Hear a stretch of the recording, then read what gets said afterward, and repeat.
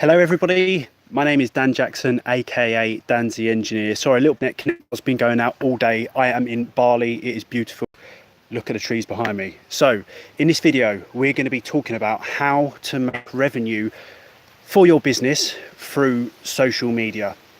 So I'm going to run through with you what we're going to be going through, so like the itinerary. So we're going to be going through direct advertising, indirect advertising, brand awareness, networking, engagement, sales, content creation, all the different social media platforms, which you're obviously aware of them, sponsorship and ad revenue, and coaching by me. So before I start anything, I just want to say thank you to anybody who watches my videos. It means the world for me, for anybody to watch them, comment, engage. If you like them, fantastic. But I do produce a lot of free content online, which is quite handy. And the best thing you can do for me, because it is free, is basically share it on social media, share it on LinkedIn, on Twitter, on Facebook, to kind of spread the word, because it massively helps me. And bear in mind, it is free. And also doing things like commenting on my posts, it helps because it kind of boosts engagement. And I'll go through that on why it helps someone who's posting content.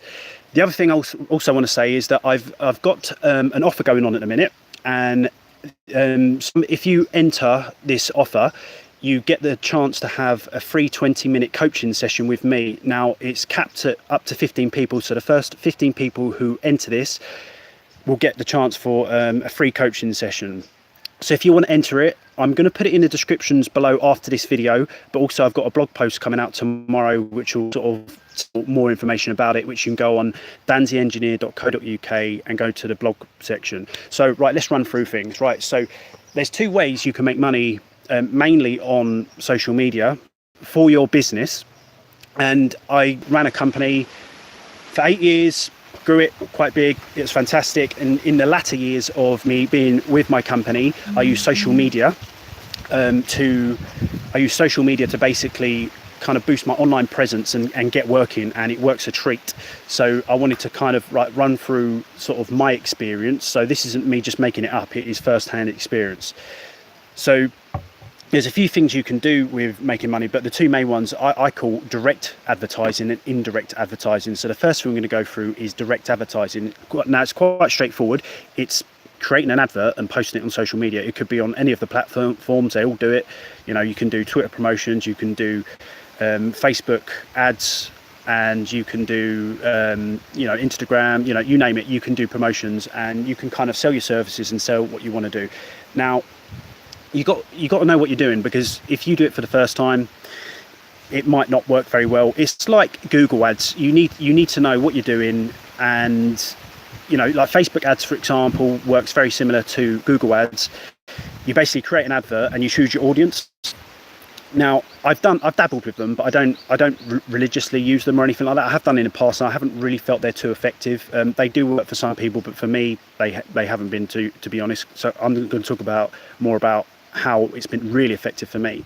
So obviously you can place adverts, and the good thing, the way you got to look at Facebook, for example, is that, and why it's worth so much money, is that it's a huge database of people who create searches. There's trends on what they do online, so Facebook knows exactly what these people's individuals. So if you're trying to, let's say for example, you're a hairdresser, for example, if you're a wedding photographer, you can tap into an audience who is clearly getting married, and they're looking for a wedding photographer. It can do the link for you, but you've got to know what you're doing. It's the same as Google ads. So that's one way of advertising, and obviously making money, because you create an advert, you get people who end up using your services, quoting work or whatever. It can work. You can, even if you sell a product, this can be quite effective. Now I don't, for my coaching stuff, I don't actually do anything for direct advertising. So I do what I call indirect advertising, and this is sort of more stuff on social media. Now everything I'm going to list out, all the other points after this, is all indirect advertising. And what it is, it's basically, it's creating a post about something which is subtly selling your services, but not directly advertising. So you're not saying, oh, by the way, we charge £50 an hour, this is our service, this is what we do, this is where we're based. You can do it in a subtle way, in a social way. That's what it's about, because it's about having a network. So I've got some people coming up here, popping up. with some comments. I will try and read these if I can. So yeah, indirect advertising, and this is what I've always done with my business, and I do it with my coaching, and it works very, very well, because if I create content online, I know how to get people to me who end up, purchasing something off me, because I've got a website which is my core of my business, which tells everything about me, and I sell courses. So I do courses. I've got a LinkedIn course, how to make sales on LinkedIn.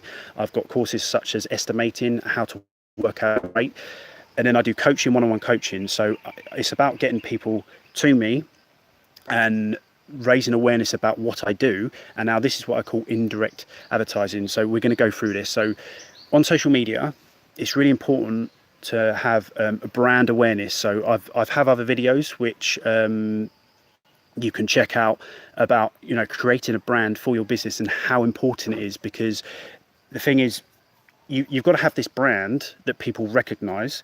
So people are going to automatically in their head and think, like for me, before I started coaching and quit that to travel the world with my family, when I was doing electrical contracting and fire alarms, I would be remembered as the guy who does fire alarm stuff, because I'd done a lot of YouTube videos, and people would remember that, and people would suggest me as a potential contractor, and I used to get a lot of work out of that. So it's all about a brand awareness.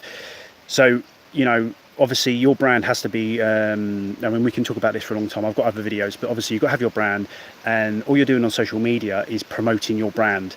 So you don't have to go too crazy, but when you do videos, you might have logoed shirts, you might have your logoed van, you might, it's just like when you send out emails, you make sure that all your information is there. When you send out letters, you've got your logo. Sorry if it's really windy, hopefully you can hear me, tell me if you can't. And so it's important to be on social media to create your brand awareness, and be on all the different sort of platforms as well, because the way you've got to look at social media is it's a big network of people. It's a potential big network of potential clients and potential money and revenue coming your way. So the more you are out there, the bigger reach you have and the bigger audience, the more chance you've got of people recognizing to come to you to buy things from you.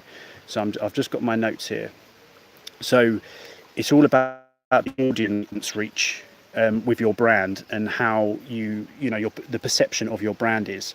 So I'm going to touch on networking now. Now, networking is so important within business. When I talk to a lot of my clients, a lot of them don't really do networking, and they get work through word of mouth, which is fantastic. It's probably the best way to get work.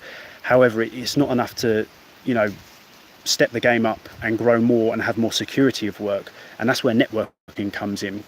So when you're on social media, and like me for example, it's such an easy way to talk to peers, to talk to manufacturers, to talk to potential clients, and just network. It's so easy. Like anybody who can find me online, all they have to do is search my name. They can go on my social media platforms. You can either do it on this, and you can quite easily get through to me, like directly to me. And that's important, because obviously if I'm going to sell my services to somebody, that's what I want. I want it to be easy, so people can come straight to me. So networking is really important. And the other thing is, when you're on social media and you're putting yourself out there, like you're posting stuff about your company, or it might be something personal about you, people will start to recognize you more and more. So I found when I started going to like trade events, people would recognize me because I've been on YouTube. I do YouTube videos, and I really like your stuff. And then they remember what I actually do. So with my old contracting business, they're like, they remember the company name. We'll talk about that. But now I've quit that business and I do coaching, and obviously I post a lot about my coaching stuff. I tell people what I do. They remember that as well. So I'm, it's the brand awareness, what I'm doing on social media, and I'm networking with people. It's all relative. It all works, and people remember. Networking is that it can work really well for career progression, because like I found the electrical industry and business in general, a lot of the time it's not about what you know, it's about who you know. And people can open up doors, people can introduce you to other people. And the thing is, with electricians for example, I'm pretty sure plumbers going to be the same, paint and decorators, any trade, The UK is flooded with tradesmen, and for a client, it's so difficult to differentiate who to use. It's like, who do you go to? There's so many different review platforms online, Check a Trade, My Builder and stuff like that. It's actually really hard who to choose. So if you're not putting yourself out there online on the internet and just out there in general, who's going to know you're there? Like, how do people know you're there? Word of mouth, fantastic, that's great, and it's such a quick way to get through to the right people straight away. So that's how you've got to sort of view social media. And anybody who has a business and isn't doing social media at the minute and creating content, I do feel like you're kind of limiting yourself. But don't get me wrong, some people don't want to. Like, some people might be really busy with the line of work they've got, they don't want to up their game, but I've always used it as a bit of a security thing. So I would much try and oversell to try and get clients to come to me, and then I can kind of turn away work as and when. And obviously if things are a little bit more quiet, I can pick and choose who I work for, which also helps with increasing your prices because you become more desirable. And I've spoken about this time and time again in other videos. So I'd rather try and over advertise myself indirectly on social media and kind of pick and choose who I actually want to work for and work together. So you can do that with your business. You can do it if you're a one-man band. You can do it in so many different ways. So the next thing we're talking about is engagement. Now, it's just like networking online really, but engagement's really important. So when you create a post online, so let's say LinkedIn, for example, you create a post, the more likes, the more comments that you get on social media, the better it kind of boosts the post. Because I'll try and explain in terms of how LinkedIn works. You've got a network. Let's say you've got a network of 1,000 people. You create a post. Your post, if LinkedIn believes that your post is relevant to your network of people, it will potentially post your post on the top of their feed or on their feed, or however important it is to that person, to potentially 1,000 people. Now, it's unlikely to reach exactly all of your connections, but this is just argument's sake. So let's say LinkedIn uses its algorithm and sees that it's relevant to these 1,000 people. So let's say it only gets like 10%, it gets to 100 people. Now, if that post is liked and commented by those 100 people, or a percentage of those 100 people, let's say it was like let's just say 50% of those 50%, then it can potentially be seen by their network, which is your second degree network, and so forth. So then when their network ends up liking it too, or something like that, then their network sees it, and it's just this big spiral effect. So if, for example, you create a post and it gets seen within a few hours by 5,000 people, it's just this kind of knock-on effect by the different networks seeing and liking it. So it's important to try and create content that people will engage with. And obviously the whole time someone asks you a question or mentions something and you respond and create a conversation with that person, it's it's seen as it's quite the algorithm on LinkedIn will like that, because it looks that it's it's quite a good post, and it will keep posting it at the top of people's feeds the whole time. So engagement is important. The last thing you should do is create a post it, and then not engage with any your audience. Because the other thing is that what people like about social media is that, let's say I might seem quite untouchable to somebody, like somebody who wants to try and get hold of me, or who's never had the chance to meet me or something like that. Let's just, for argument's sake, when you can talk to somebody via a few touch of the buttons or something like that, via Twitter, via Facebook, by it creates this kind of like friendly effect that you can talk in business with somebody, because you're chatting to that person, you're creating relationships, and business is all about relationships, because people buy from people, and people are interested in who they're dealing with. I've always found that the way I perceive myself online and on social media, people like dealing with me, and I attract the type of customer who kind of fits in with my ethos. And that's when I say to a lot of people, you've got to find the right customer. It's the type of customer who wants that personal effect with me and that personal relationship. And I really like that, because I've always found, and this is my theory, you're less likely to be knocked by somebody who has some sort of emotional emotional connection with you. Whereas if it was just somebody that you're just emailing, or you've never really met and you don't really have that human interaction, they're less likely to care if something was to go wrong. So I've always found my clients, for example, would, if there's been any financial problems within the chain of works, I've always found that I've been sorted out.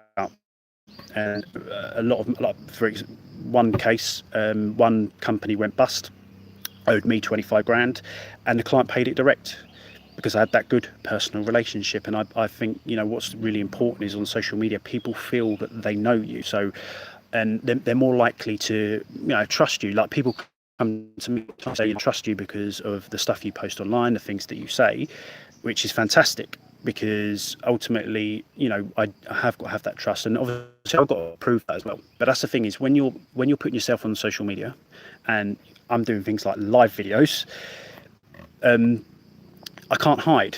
You know, there's no hiding. Like, somebody could scrutinize me, they could say, you know, negative things, but the truth is, you know, I don't get that, because what I'm saying is honest and true. So again, when people come to me and they want to buy a product or a service, or want to have coaching, they already feel like they know me. And you can do that with your brand, with your company. You can replicate it exactly the same way. You've got to kind of get across your ethos and your core values of your business, and you can do that on social media. So instead of just writing an advert and saying, you know, we're really trustworthy, you've kind of got to prove that, and people have to buy into it. And that's why when people post videos of themselves online, you know, it's quite a big thing, really. If you've never done it before, it's quite a big deal. Like, I'm doing live videos, and I'd never in a million years thought I'd be doing, you know, live videos.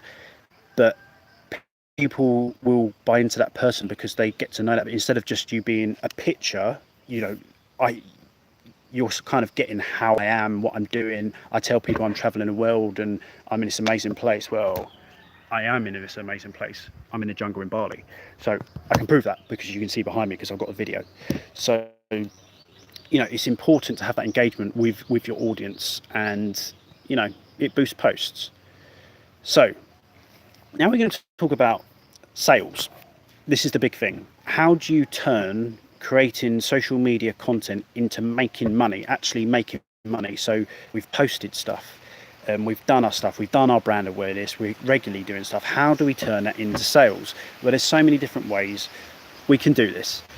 Ultimately, I feel it's all about getting people to come to you. And at the beginning of this, I've told you that I've got an offer on of 20-minute free coaching for the first 15 people who sign up to my free coaching.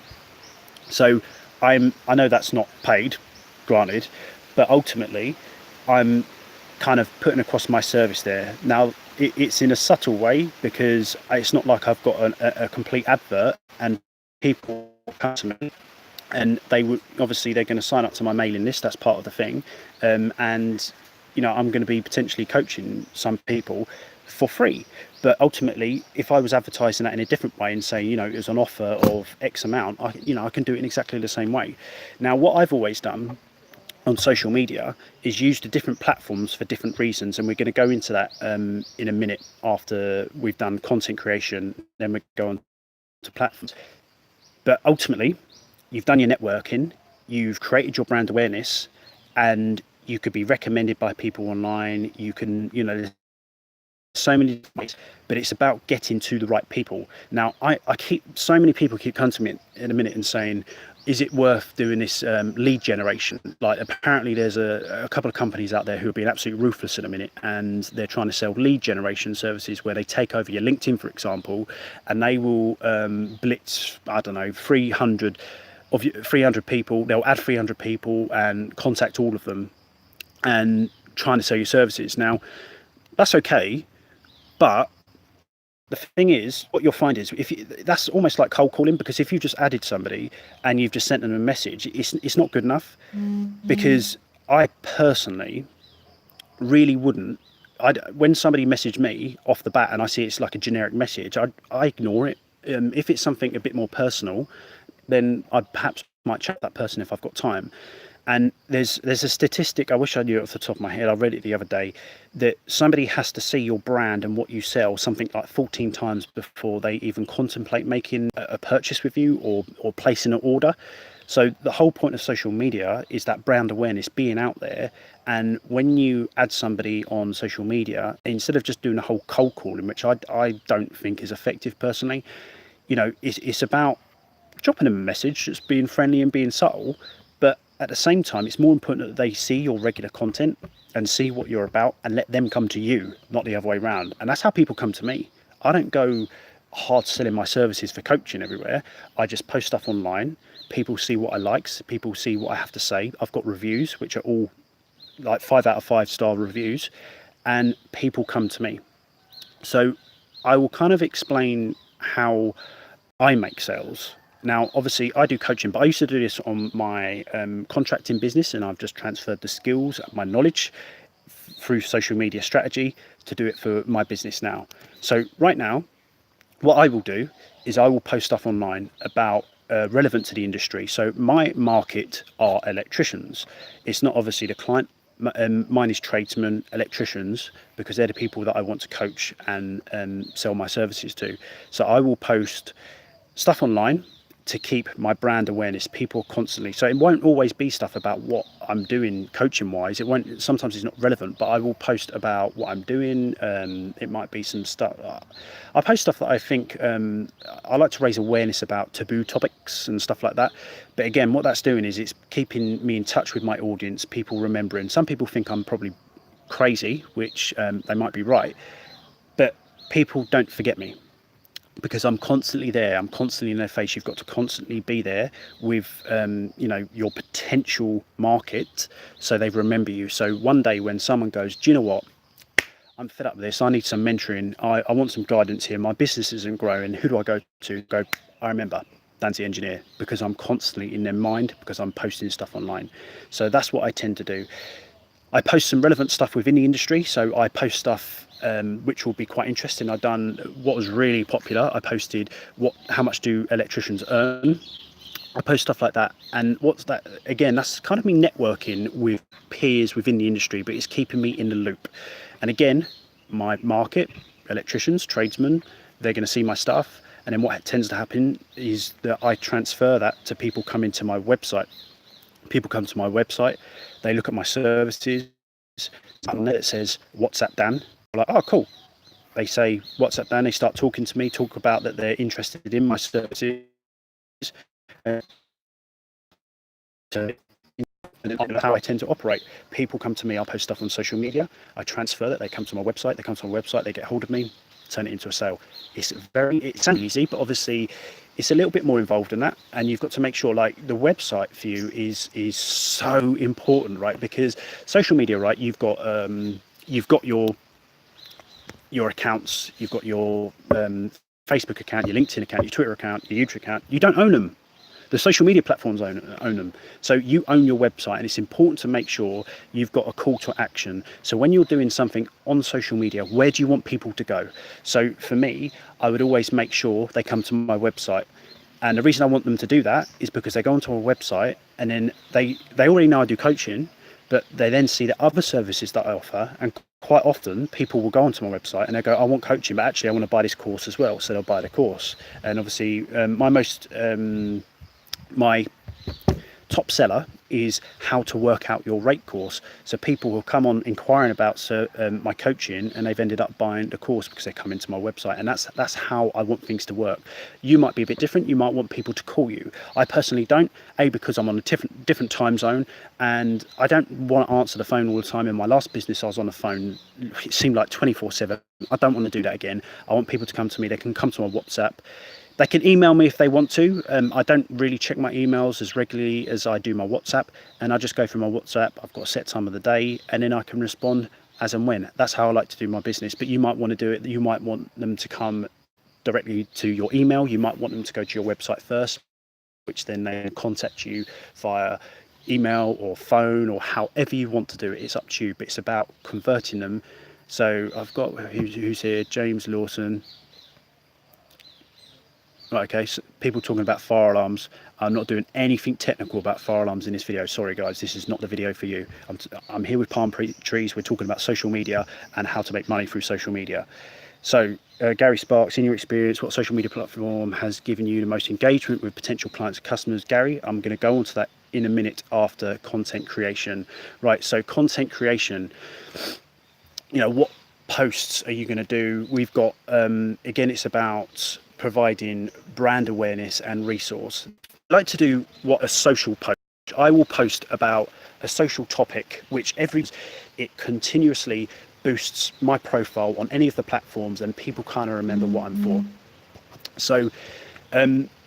So I post a social post, and I particularly do that on LinkedIn because it works very well, because the way that you can get reach to your audience is quite something if you do some sort of social posting. So if you might post about how the really bad service you've got in McDonald's and how you feel it should be improved or something like that. People tend to like very negative stuff. Now I try to stay away from negativity, but sometimes I do like to post the odd thing just to kind of highlight stuff. I like to highlight stuff about how there's gender differences in terms of how people are treated, working rights and stuff like that. So I call them social posts.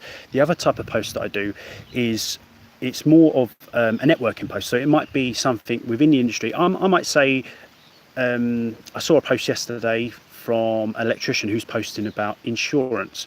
So you're posting about something that all your peers can kind of like talk amongst yourself. It might be something technical. It might be someone's asked a question about I don't know, do fire alarm mains isolators have to be double pole, just for example, and you can talk amongst your peers.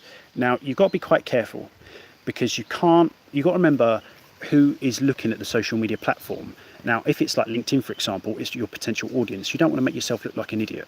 You've got to make sure you make yourself look like you know what you're talking about. So when I say ask questions, I mean perhaps answer other people's questions, but it might be you're providing opinion, a professional opinion on something, and creating posts like that because you're talking amongst your peers. Now, the reason that is important is because you will have rivals, peers, who are your potential rival companies and competition on there. Now, their clients could potentially see your stuff if you're engaging with them.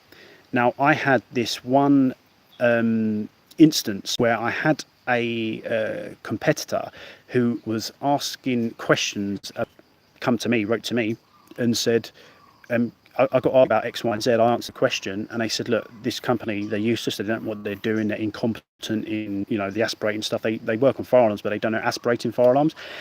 And they said, can you come? I'm not going to say no. They've asked me to do it. I quoted it. It was a 12k maintenance contract. Now, so the other type of content I might say, and I found this quite effective, would be, I used to think about what was my kind of like, my selling point for my business. And my old company, we used to work around the clock. You name it, we would work it. We would work nights, evenings, weekends, you name it. We work around your business. We do a lot of commercial works, and there are quite rare contractors that would do that. Now, we'd be available all the time. We had a fantastic team.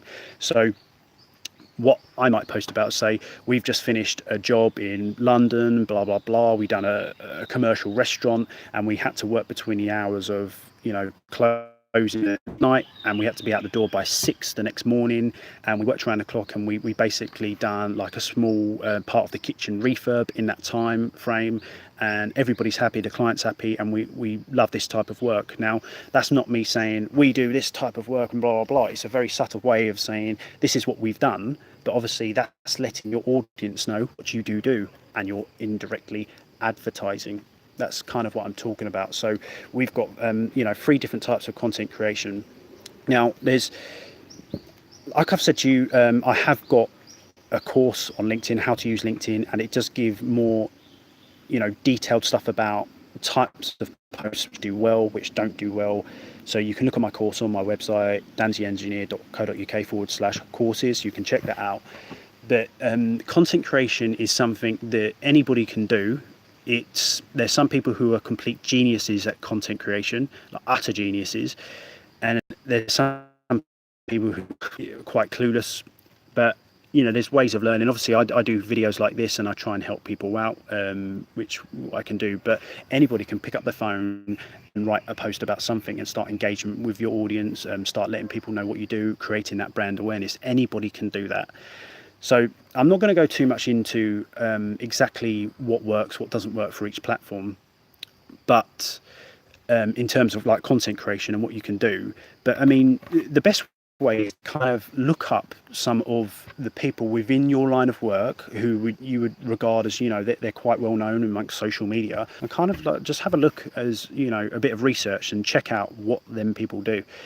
The other type of posts which I do is like resource, which are like some of my videos, for example, are some of the best viewed videos because they're resource videos on how to do something, like how to's. They're very popular because people keep coming back to them and they're useful.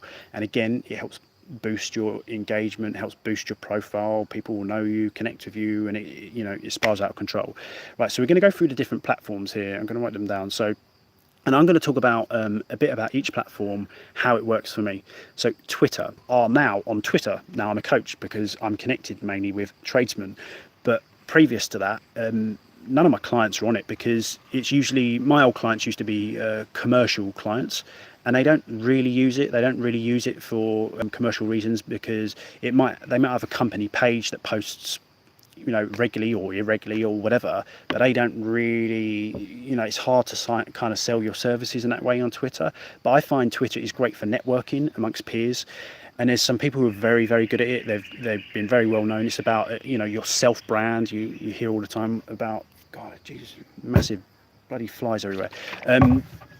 Like PB Plumber, for example, Peter Booth. I noticed him. I noticed a lot of people engage with him, and ultimately they get work out of it, and they kind of talk with manufacturers and stuff like that. So for me, Twitter is great for kind of networking amongst peers. It's the important thing. And I think if you're a manufacturer or you're a trading body or something like that, you need to keep up to date with Twitter and start talking to people, keep engaging, because it's very quick. Like people just, it's very quick. You think of something, boom, you write it. It's like chatting to somebody, text, swearing, and I kind of think like, your potential clients can see you. And what I notice also, a lot of people seem to have their Twitter feed come up on their website, and I've seen a lot of one-man band electricians who are basically saying see you next Tuesday and all the swear words, and it's on their website. So when people come to their landing page, a potential client, they can see them swearing because it works well. I haven't got a massive following on Twitter. Some people work it very, very well,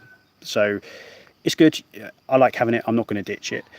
Facebook is one that I'll be honest, I can't stand Facebook. I used to really like Facebook years and years ago. It used to be fantastic. It used to be the one I used to go to, but now I just find it's very difficult to kind of achieve what I'm trying to achieve. But it doesn't mean it doesn't work for you. I know a lot of people have they say they get a lot of work through Facebook, which fair enough. It's a great database of potential clients. Can't argue with that. It's huge. So, Facebook has its purpose. You can create groups, you can create a company page, you can do all sorts. But I don't really spend too much time on it because my potential client really isn't on Facebook. So I personally don't. If your client is, then fair enough. Now, somebody's asked a question. Derek has asked me. He said, now, ask yourself, what type of person is ordering electrical work via Facebook? Ask yourself that. It's usually the lowest of the low. Okay, so it's the lowest of the low. It's the dirt beneath the dirt that's been there for a long time. Nobody wants it. It's horrible. It's mucky. And the reason I say that is because it'll always be people who are like saying to you, oh well, I can get it done for £20 cheaper, I can fit this, I can do it myself. God, that's expensive. If you ever tried selling the Facebook marketplace, it is diabolical. It is awful. The type of people who use it and the type of clientele are the type who want pennies off everything, and I just can't be dealing with that sort of stuff. Like, that's not for me. Like, when I say to a client, this is my price, bang, there's my cost, I expect them to just go, okay, accept it, or go, I can't afford that, or I don't want to afford that. Okay, you're not my client, see you later, John. I don't want this whole bargaining. We're not in India, right? I've just been in India for a long time, and everything's about bartering prices. I can't stand it, right? If something's a tenner, it's a tenner. If it's 20 quid, it's 20 quid. That's what. If you do get work through Facebook, you can't just drop it. So I wouldn't advise just to drop it like that, but I would kind of steer towards other things. And then you've got your checker trade clients, you've got your witch clients, like Witch, right? Which basically give the client a kind of a checklist of what, right? And I just don't want, again, I couldn't be bothered with that. And so when you're posting and trying to create something on social social media, ask yourself, very different, because it's professionals. It's for well, I say it's for professionals, but it's a much bigger market for your commercial client. It's not really, you're not going to find I mean, you could find domestic work and go to direct to homeowners, landlords, but it's for the professionals. So, you know, your property managers, your facilities managers, anybody who's in charge of compliance, you can go direct to them people, because it's almost like LinkedIn. Your LinkedIn, so it kind of is like your CV. So you can get direct to your potential actual client. So, you know, again, that's your audience. And on YouTube is just, I mean, the audience and reach is absolutely enormous. It might not even be somebody who could be a potential client. So you just got to ask yourself, when you're posting stuff, who is your audience? So Facebook, yeah, I like it, but I don't really use it for what I do. Instagram, now I love Instagram. I love Instagram because it's a very visual thing. It's very addictive. You literally scroll through, you keep scrolling through, liking, commenting, or whatever. You go through stories, but I don't really use it for, you know, selling my services as such. I mention what I'm doing, but I kind of just use it to show people what I'm doing and what I'm up to.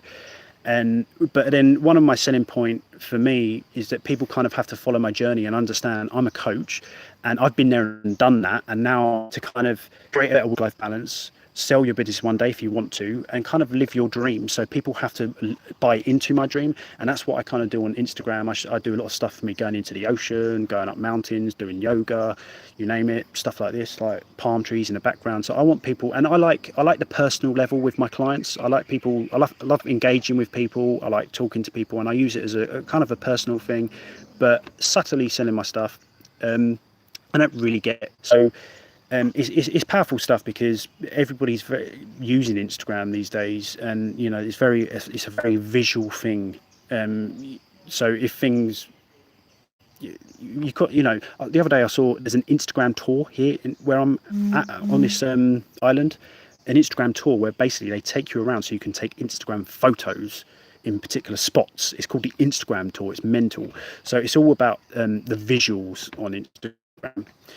So YouTube, I love YouTube, and the reason I love YouTube is because it just gives me such an amazing way of reaching out to so many people. I post a video, because the way you got to look at YouTube is that it is Google, because it's a search platform. It's not just posting videos. It's not just a video website anymore.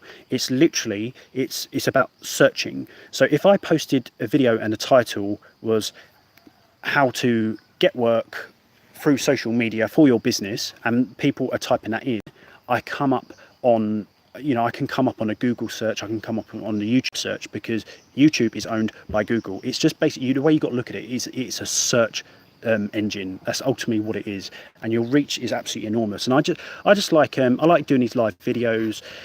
The other thing about YouTube, which is a massive thing, which I will go on to next, is you can earn ad revenue through videos. It's another little earner. So we'll talk about that in a minute. But YouTube for me is about posting videos, posting content that people can come to, they can watch. And I do really well out of YouTube, if I'm honest, because people watch my stuff. Again, it's my own brand awareness. People can buy into me because I'm posting videos. It's not just photos, and they can understand and know a little bit more about me. So I find it really good for engaging with my audience. So yeah, LinkedIn though is my favorite by far, because I've done well out of LinkedIn, because it has a huge reach. And like I was kind of saying to you, is that your audience potentially there. So if you're trying to work for property managers, it's very simple. You can just search property managers and go through loads of property managers, and there you go. You can send them a message direct to their inbox. It's that simple. It's that straightforward. You can search if you know you want to work for a particular type of company. Let's just say, argument's sake, Nando's. You want to find the property manager of Nando's. You literally have to type in property manager Nando's, and you can find that person, and you can connect with him, and you can send him a direct message. That's if you want to. But again, I don't believe that's quite cold calling. I don't think it works too well. But again, if you do connect with that person, then you post your content online, that if they like you, happy days, they can obviously have a chat. I'm back. Sorry, I don't know what's happening there. Signal keeps going in and out. But anyway, massive retailer contacted me to be on their register, and basically they said, we like your ethos, we like the idea of your company. I went and pitched my company, which I've never done before, to an enormous company, and they loved what I had to say. They loved the company, the organisation, and the reason I didn't get work out of it is because when it come to due diligence from their part, they were, the type of work they wanted was like £5 million worth of work a year, which was more than my annual turnover. But it just goes to show there's potential there. You can get in front of the right person if you portray your company in the right way, portray yourself, your staff are all in line with your work ethics, and you post online, you know, the opportunities are utterly endless. So that's why I like LinkedIn. It's a very easy way. But what I tend to do is, if somebody wants to talk about my services, I kind of like use LinkedIn to chat with people, and then I get off LinkedIn and go onto WhatsApp or go via email or something like that, because it's easier for me to monitor and chat, because I find I get so many messages. Honestly, it's a bit of a pain to go through messages. So I'm going to read some of these comments. So Sparky Ninja, hello Dave, looking forward to working with you soon. Me too, Dave, me too. So right, so that's kind of so to answer your question, Gary, about what platform do I prefer, LinkedIn by far to get work, like people and get work. LinkedIn by far. Now there's obviously a lot of influencers. For example, you get your electricians, you get your plumbers, you get your different tradesmen that are posting online, and again, they're just creating their own brand awareness. So when you're posting videos on YouTube and you're posting stuff on Twitter or on Facebook, your potential clients can see you. And again, it's about building that trust into you and kind of buying into your company. So I recommend anybody to kind of puts a camera to themselves, starts talking about how they do things, their work ethos, and it's then up for a client. They can search you online and see if they like your stuff. So you can portray yourself in a way that you want to your clients, market yourself. And, you know, for some people, they've done really, really well.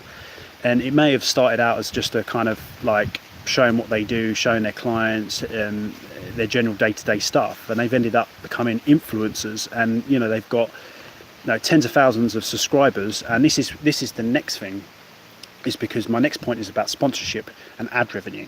So if you're an individual and you really want to put yourself out there, you can earn money on YouTube through ad revenue. So for example, I earn money based on my watch time. It's not about views, and I've got quite a high rate of watch time. People tend to watch a lot of my videos and watch them for a long time. And, you know, I earn a little revenue. It's not crazy, but if you've got, say, 100,000 subscribers, it's quite a nice income. It's quite a nice income. So, and I know some people who literally live off income of ad revenue through their YouTube accounts. Don't get me wrong, they're huge, but that's what they do. That's how they make their money. But the big thing is sponsorship, brand sponsorship. And I've done some of it before with my family. We've also done the whole travel family thing. We work with brands, we work with hotels, we work with hire companies, we've worked with an airline, for example. So, you know, it's all achievable. And you might get things like product reviews. You might want to review a product, but you've got to be a little bit careful with UK tax laws, because if somebody gives you a product, and let's say, argument's sake, it's worth 100 quid, and that is taxable. So it's got to be done in a certain way, whether it's gifted or, better still, you are paid product reviews. But obviously I want to make sure everything I say is impartial. I've had a lot of brands come to me before and they try and put words in your mouth. They try and tell you what they want you to tell your audience, which I don't operate like that. I like to be free and to be honest. I don't want anybody to think that I'm saying something because I'm being paid to say it. I just don't like the idea of it. But be aware there's a lot of people who do that. So when someone's got a DeWalt drill in their hand and they're like saying it's the best drill since sliced bread and it's great, it's this, it's that, they might be paid to say that. However, my point is that if you put yourself out there on social media and you can build up your account, you have potential there to be paid to do this kind of thing. You can be paid to make videos. Like, how good is that? Being paid to make videos, do your day-to-day stuff is fantastic. So there is opportunities there. So yeah. So next thing I'm going to talk about, that's kind of like what I'm talking about, the whole social media thing and how, you know, you can use it to grow your business. Hopefully that's been quite helpful. Now, the last thing I talk about is my coaching, and Obviously, people who follow me will know a lot about me. There's so much stuff you can find online. But I'm doing one-on-one coaching. I teach people about social media strategy, marketing, and kind of business development in general. And I've got a good track record.